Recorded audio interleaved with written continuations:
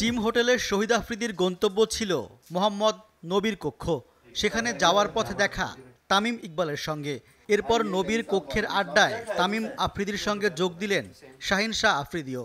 যে আড্ডায় উঠল খেলার মাঠ থেকে শুরু করে রাজনীতির প্রসঙ্গ।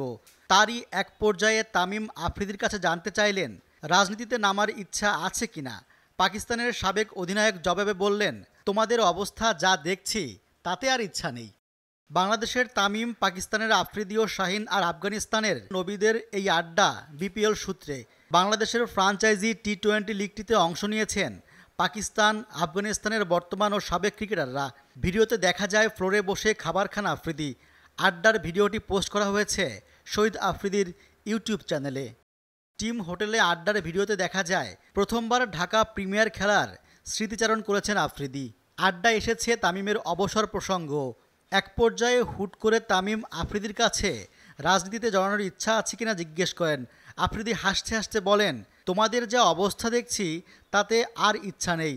আফ্রিদির কথা শুনে সবাই হেসে দেন। তোমাদের অবস্থা বলতে আফ্রিদি ঠিক কী বুঝিয়েছেন তা তিনি ভালোই জানেন।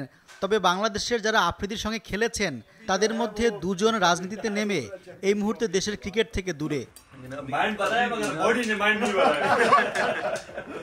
बोर्ड के पास इनके रिप्लेसमेंट नहीं।